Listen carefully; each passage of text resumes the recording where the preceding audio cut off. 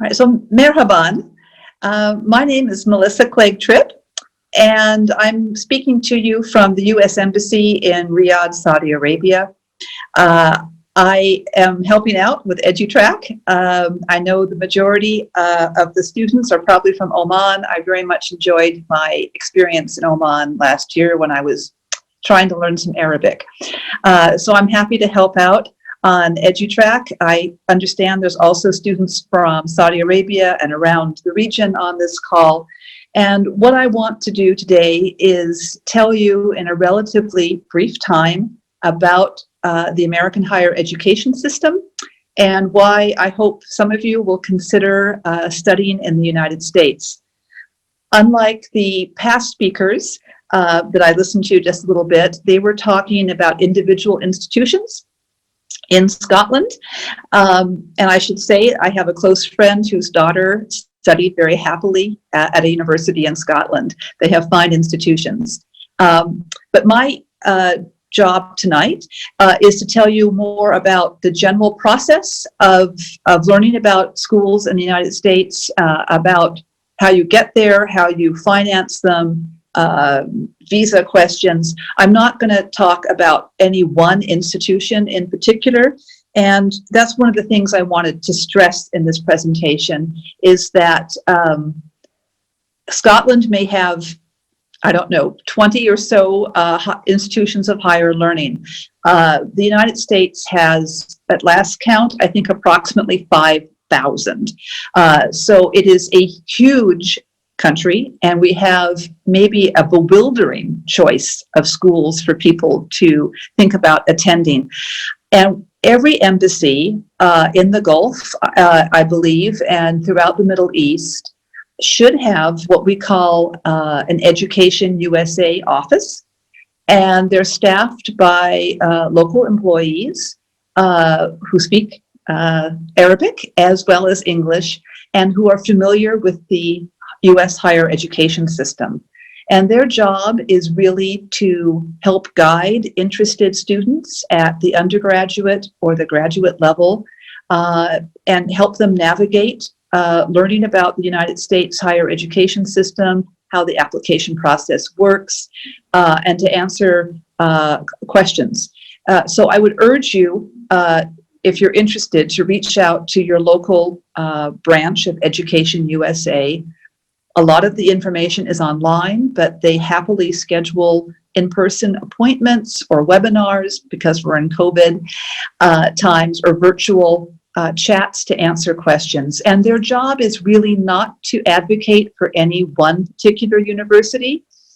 Their job is to inform you of your choices, help guide you according to your interests, where you might be happy, advise you on the application process, give you briefings about what to expect when you're in the United States, help you understand the process for an education visa, but they're not there to talk about the merits of one particular school. So with that as sort of an introduction, let me tell you why I would urge people to think about studying in the United States. Not only do we have 5,000 institutions, but they are uniformly good to excellent. You can study anything you want in the United States, basically, from art and archaeology to fashion to science to business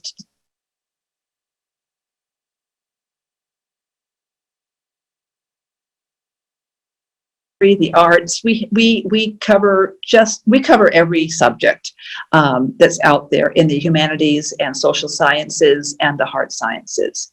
And I think one of the selling points for the United States is that we have this network of schools, and you can find a school that fits you. And I think really one of the hardest things is to figure out where to even begin to figure out where you might be a good fit, because we have these thousands upon thousands of schools. And that's where, the Education USA offices can come in to help. But I think one of the best things to figure out is what you want out of a college experience.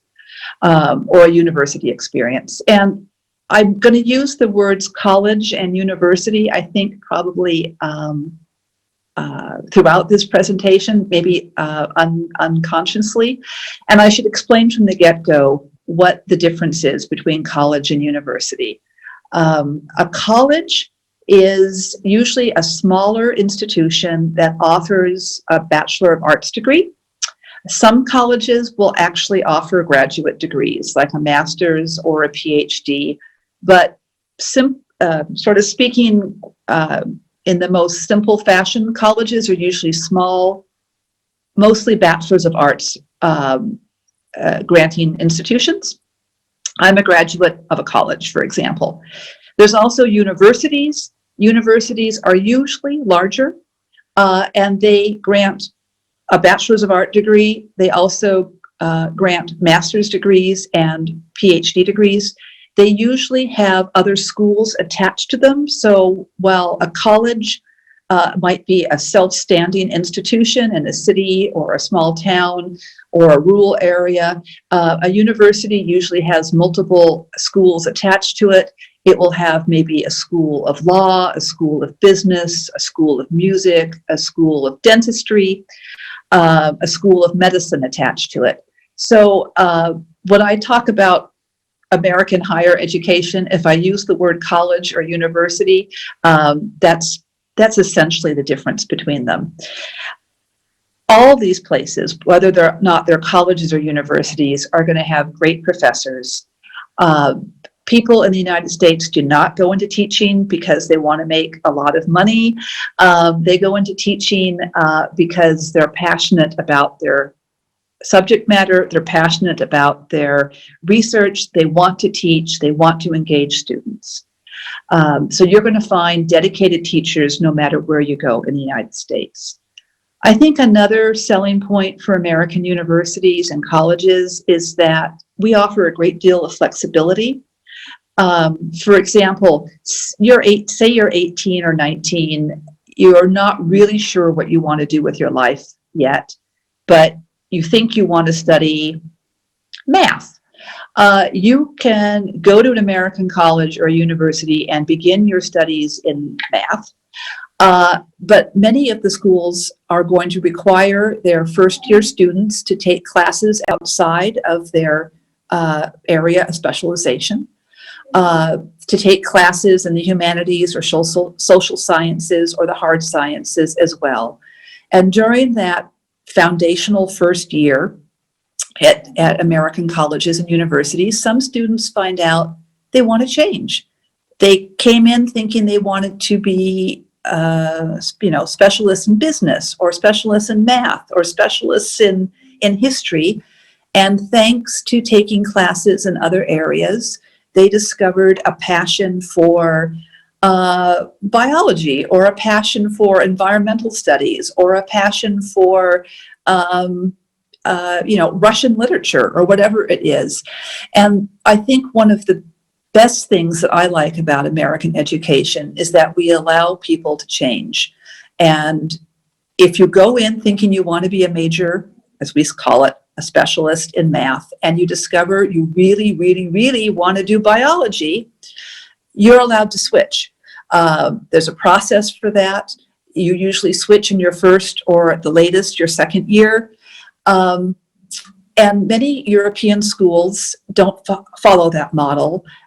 Many schools in the Middle East don't follow that model. If you go in saying you want to be a student in, art, if you want to change and become a student in math, you sort of have to drop out, start all over again, lose a year or two. In the United States, it's not that way. There is this flexibility in the beginning to change your mind. There's also the flexibility to do postgraduate studies in an area that is not what you got your undergraduate degree in. Say you got your undergraduate degree in history. Graduate schools in the United States will welcome you. Say you want to go to graduate school in international relations or law. If you come in with a degree in environmental studies or a degree in history or a degree in math, that is okay. Your Bachelor's of Arts discipline does not determine what you need to study at a graduate level in the United States. So I think that flexibility is key to the openness of the American education experience. What else did I want to talk about? I want to talk about trying to find the right fit for you, because that's going to be hard with 5,000 schools to choose from. So you need to figure out what criteria is important to you. Some people want to be in a certain geographic area. Some people want to be in an urban environment. Some people want to be in a small town. My son, who recently graduated from college, decided he wanted to be within 3 or 4 hours of family. And he wanted to go to a school that had a ski club, and he wanted to go to a school that had a rugby club, and he wanted a school, believe it or not, that had a good reputation for food, because food was important to him. And you can search for schools that fit your criteria. Now, many international students are not going to have family, perhaps living in the United States, so that may not be a criteria. But do you want to be near, an international airport? Do you want to go to a school that has a very specific specialization? Do you want to go to a school that's going to be small and in a more rural environment where you're going to have a more intimate relationship with your students and faculty? Or do you want to be in a big urban school? The choices range from undergraduate institutions that offer a Bachelor's of Art degree with maybe fewer than 500 students enrolled. And I believe the largest university currently in the United States has just over 50,000 students. So there is a huge range there. I would recommend you figure out what is important to you personally. Do you want to, sorry, I lost my train of thought there.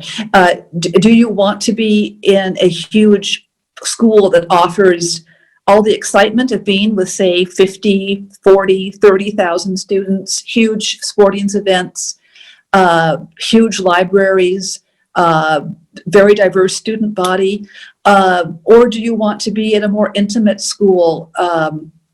Whatever option you choose, you are going to find world-class professors that are interested in engaging you. And I think you will have the opportunity to make lifelong American friends. And you will also be helping our efforts to get Americans to understand more about the world and to be exposed to international students. I believe the current rate approximately on average in American higher education is approximately 7% of the student body is foreign.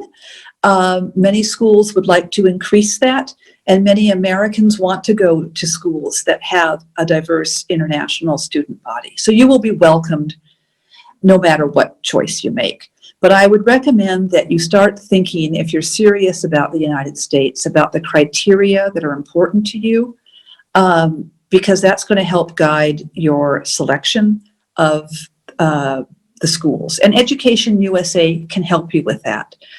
Normally, we recommend that you start planning a good year and a half or so in advance of going to a school in the United States. You have to, figure out your criteria. You've got to, and I'll talk about these later, you got to worry about financing and the application process and the visa process. So it's not a decision that you make just a few months before you graduate from high school. Or if you are a graduate student already and you have a Bachelor's of Arts degree or are completing one, you need to plan a good year and a half in advance to figure out your graduate school in the United States. This criteria for graduate schools is somewhat different from that of the undergraduate. I would say normally at the graduate level, you're quite sure of your field of study. You really are probably looking for professors that have a name in the field where you can do research. And that's a different criteria process that you will need to go through.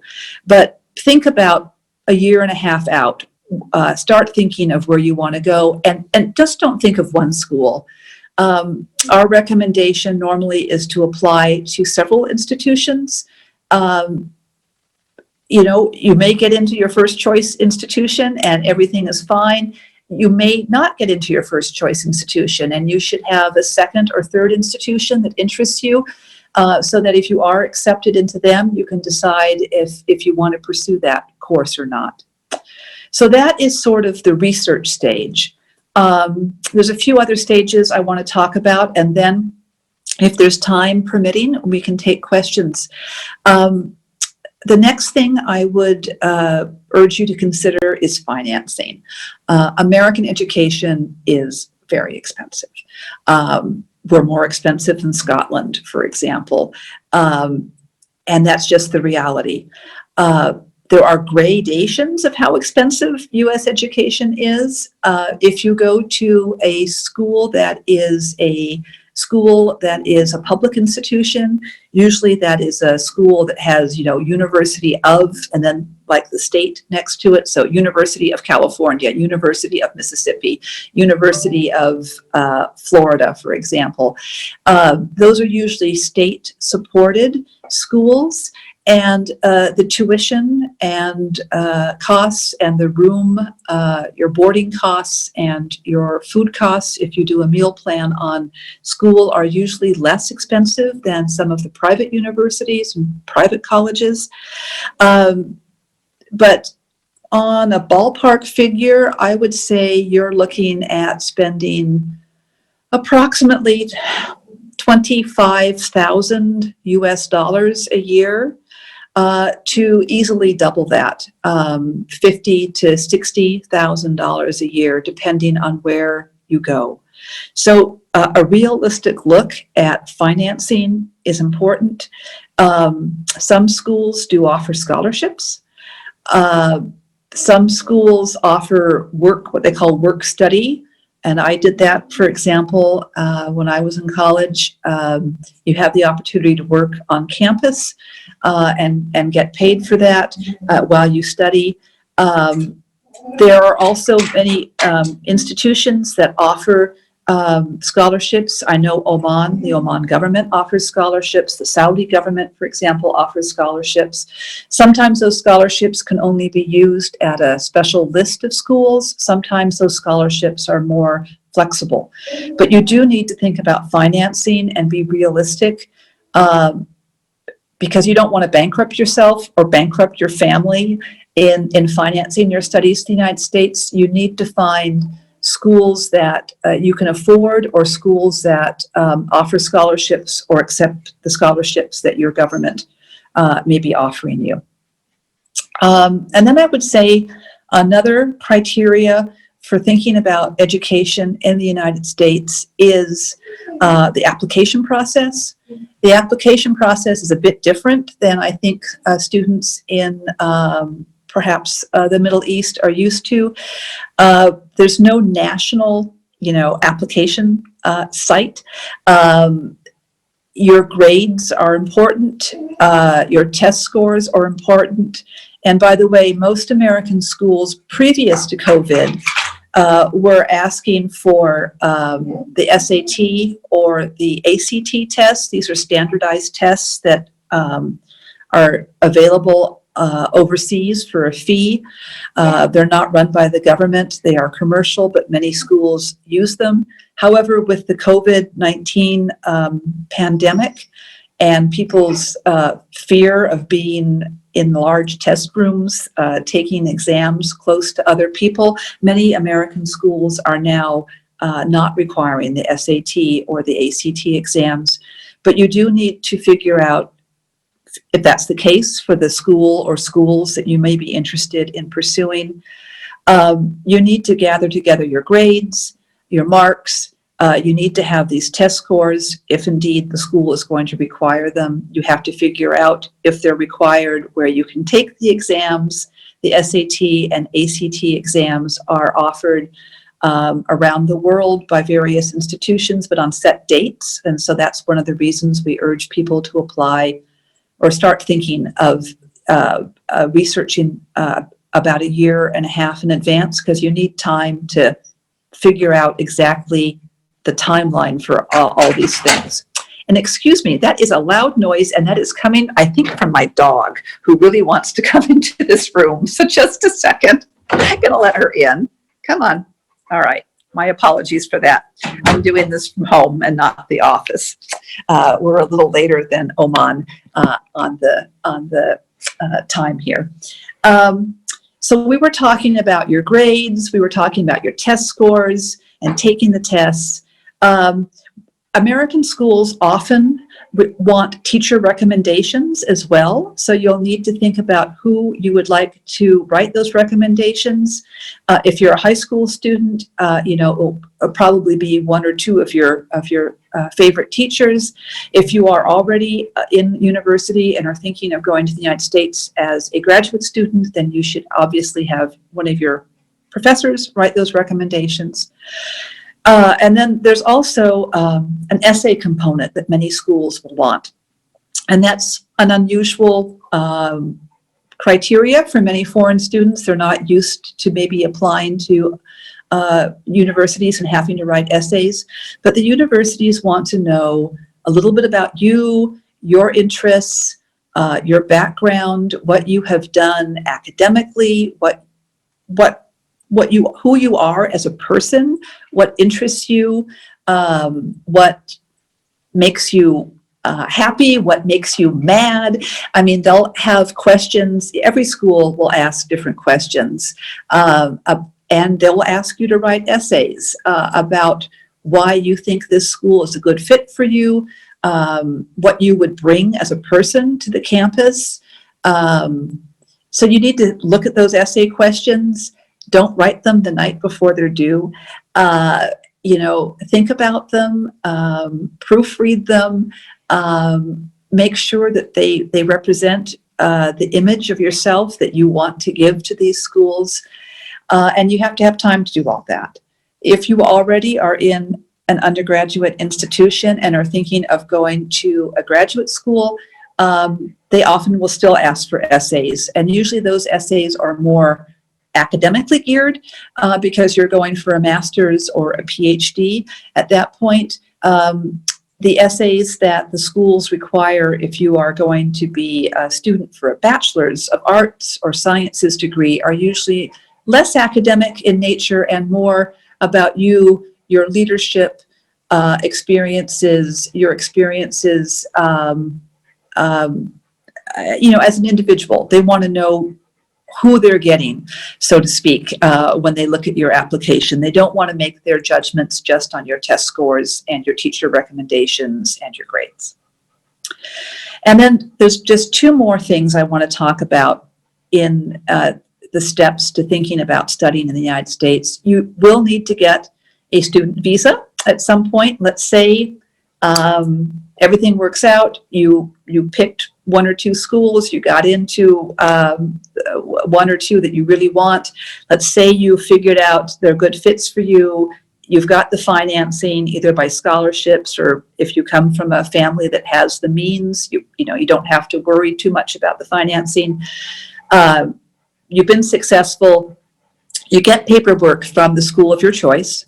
Schools usually let you know in April, sometimes before April, but often they'll wait until April to let you know if you have been admitted for the following fall.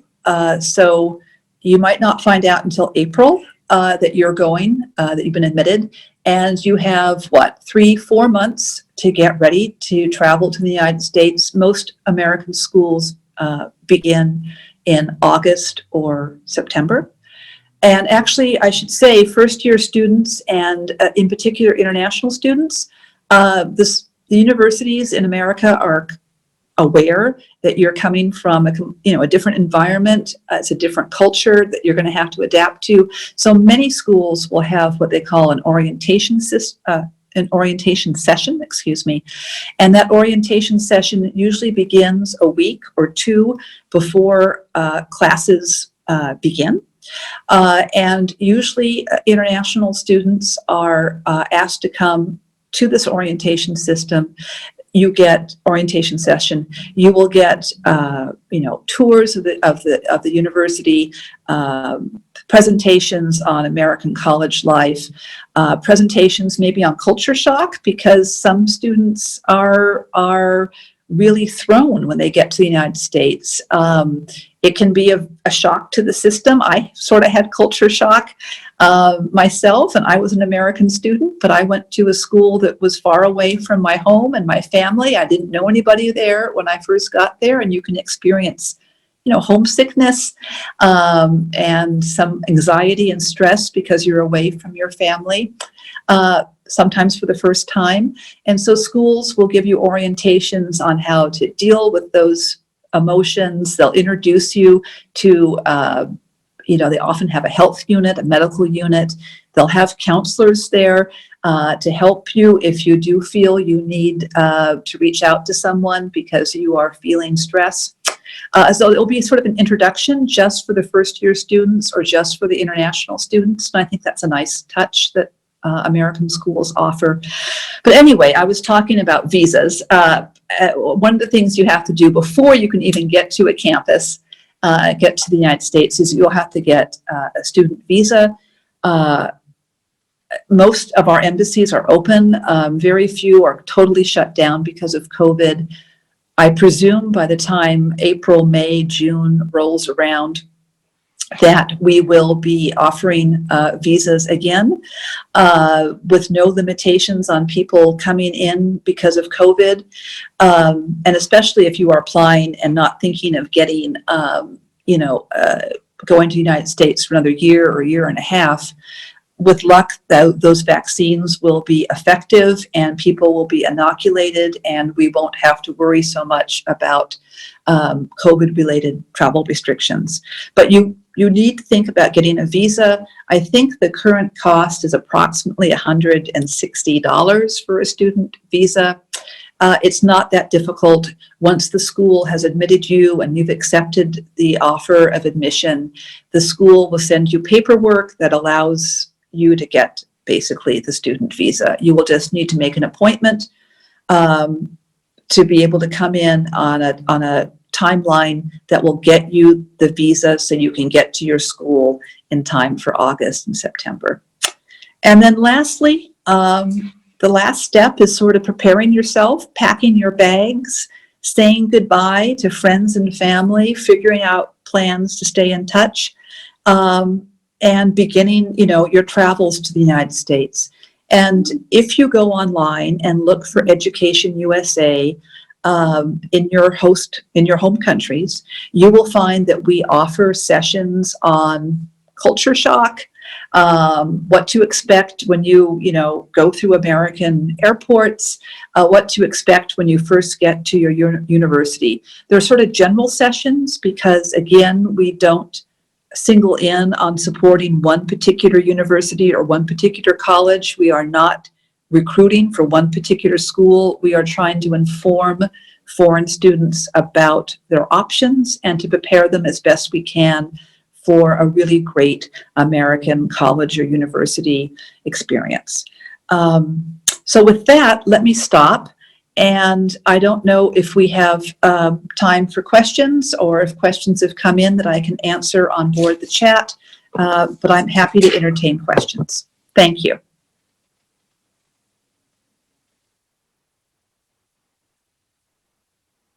Okay, so hold on. I'm not very technologically savvy, but I'm looking here. It looks like I have 3. Okay, are all schools online studies? No. The answer is no. The United States, as I said, does not have a national system of schools. There's private and state-run schools. Every school has different criteria for whether or not they're going to be online or offline during the COVID times. Some do offer online classes. Some offer a mix. Some offer only in-person classes. So really, it depends on the school that you're going to, on whether or not there are online studies. But many schools do offer that. But again, it's not a blanket offering. It's really institution dependent. Then there's this question here: what was your dream job? My dream job was actually to travel the world and represent my country. So I've managed to do that. So let's move on to the next question. Do you give online tuitions in these days? Can students choose whether they can study online or face-to-face? Again, I think I've answered that. Yes, you can choose an institution that does online. You can choose an institution that does a mix. You can choose an institution that only does face-to-face. However, if you are going to get a student visa and travel to the United States, the current rules are that you have to be going to an institution that does offer some face-to-face classes during the COVID times. If your school is only going to be doing online, then the United States government it will not be issuing student visas to come just for online classes, because the idea is if it's just online, you can do it from home. So if you do come to the United States, you should be prepared to do some face-to-face classes, because currently that is the rule. The American college or university experience is geared for people having at least some presence physically at the universities. Can we contact you if we have any questions later on? If yes, how? I'm not the best expert on answering everybody's questions. My answer to that question would be, find your Education USA office. They are going to know the rules better than I do.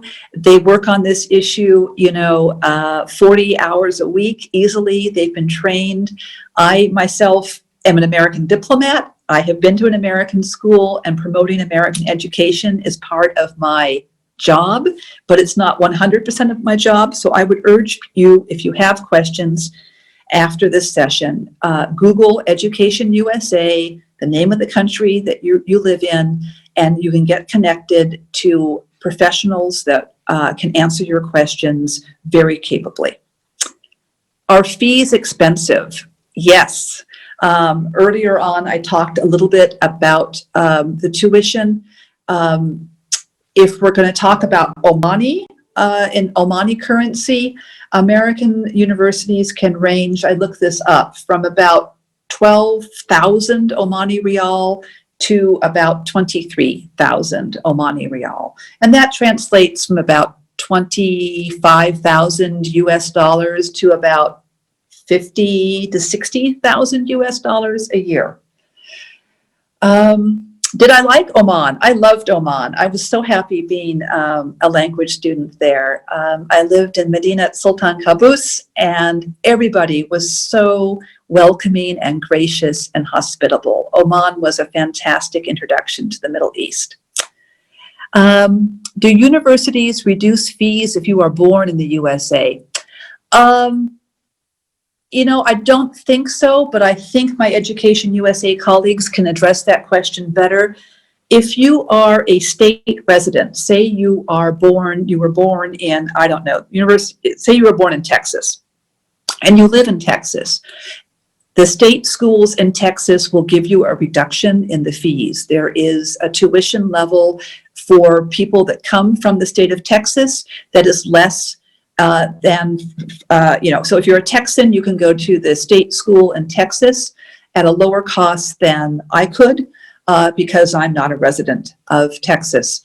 If you do have family ties to the United States and you can claim legitimately to be a resident of that state, then your tuition bill should be less if you go to a public school in that state. Private schools do not give reductions usually in tuition based on your nationality or where you live, but the state schools may give a reduction if you can say you're a resident of a state.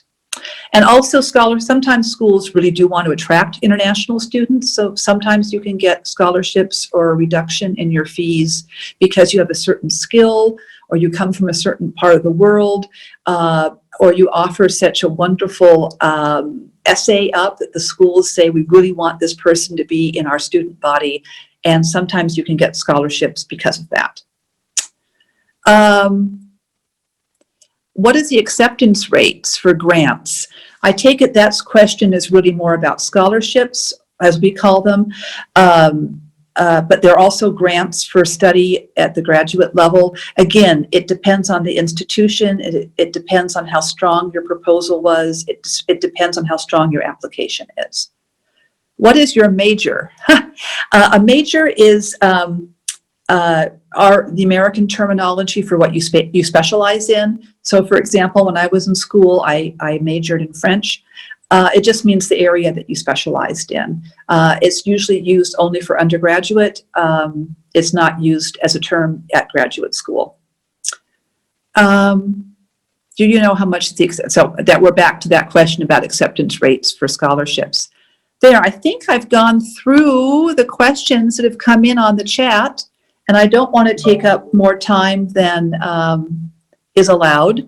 So with that, let me thank everybody for attending this session. And if you have further questions, and I'm sure you do, please go to Education USA. Thank you very much.